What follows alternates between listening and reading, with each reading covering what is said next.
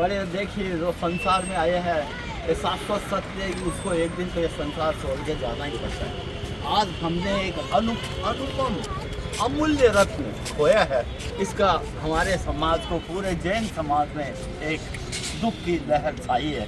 भगवान ऐसे आत्मा को सद्गति प्राप्त करे और उन जैसे और हमारे मुनि लोग हैं इसी लाइन में आगे बढ़ें, ताकि असल में क्या जैन धर्म है उसको सही अर्थों में सबको समझा सकें। आज जितने भी बड़े बड़े लीडर थे, चाहे प्राइम मिनिस्टर हो, चाहे चीफ मिनिस्टर हो, चाहे कोई भी स्टेट का मिनिस्टर हो, सबने जो जिस ढंग से उनको विनयाञ्जलि दी वो वास्तव में एक एक्सेप्शनल है। ऐसे साधु संत खोजने से भी नहीं मिलेंगे जिनको अपने शरीर से बिल्कुल भी मोह नहीं था।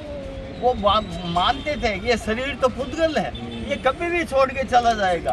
जो आत्मा है उसको समझो, आत्मा को लगाओ, आत्मा में लगाव रखोगे तो तुम्हारा कल्याण होगा।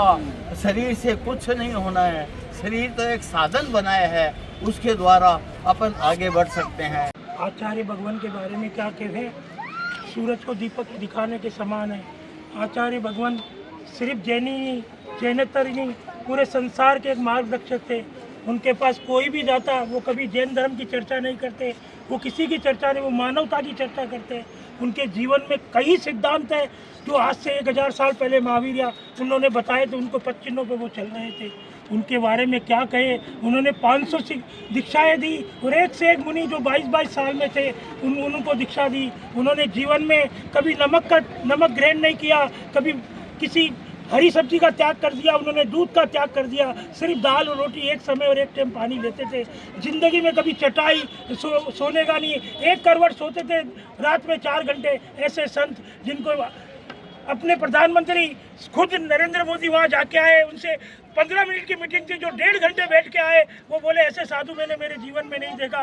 इनकी वजह से ही आज भारत चल रहा है और भारत देश चल रहा है। उन्होंने कहा था इंडिया नहीं भारत बोलो, तो इंडिया नहीं भारत बोलो। आज वही हो रहा है कि इंडिया नहीं हमको भारत बोलना है, तो हमको उनके मार्ग पे ही चलना है। ऐसा हम सबसे विनय करते हैं, ऐसी हमारी आशा है। श्री विद्यासागर जी महामुनिराज सिर्फ जैन धर्म की ही नहीं, वो संपूर्ण विश्व की ऐसी महान धरोहर थे, ऐसी महान विभूति थे जिन्होंने जैन धर्म ने ही नहीं, अन्यतर जैनेतर समाज ने भी उनको अंगीकार किया। आचार्य श्री ने हमारे जैन धर्म को जीवंत दिया, उसको प्राण दिए। आचार्य श्री ने मुनि धर्म को जीवंत किया। जो मुनिचर्या में शिथिलता आ रही थी, उन शिथिलताओं को उन्होंने अपने जीवन में उतारकर स्वयं अपने जीवन में उतारा और दिखाया कि वास्तव में मुनि धर्म क्या होता है। आचार्य श्री ने उन शास्त्रों को जीवंत किया जो शास्त्र लुप्त हो गए थे, जिनके गूढ़ रहस्यों को कोई जान नहीं पाता था। आचार्य भगवान ने ऐसी महान महान गोष्ठी करके बड़े बड़े विद्वानों को भी परास्त किया। उन्होंने अपनी चर्या, अपने ज्ञान, अपने दर्शन के द्वारा ये दिखा दिया कि रत्नत्रय क्या होता है, जैन धर्म क्या होता है। आज ऐसी महान विभूति का हमारे बीच में नहीं है, लेकिन उनके आदर्शों पर यदि हम चलें तो हमारा कर्तव्य बनता है।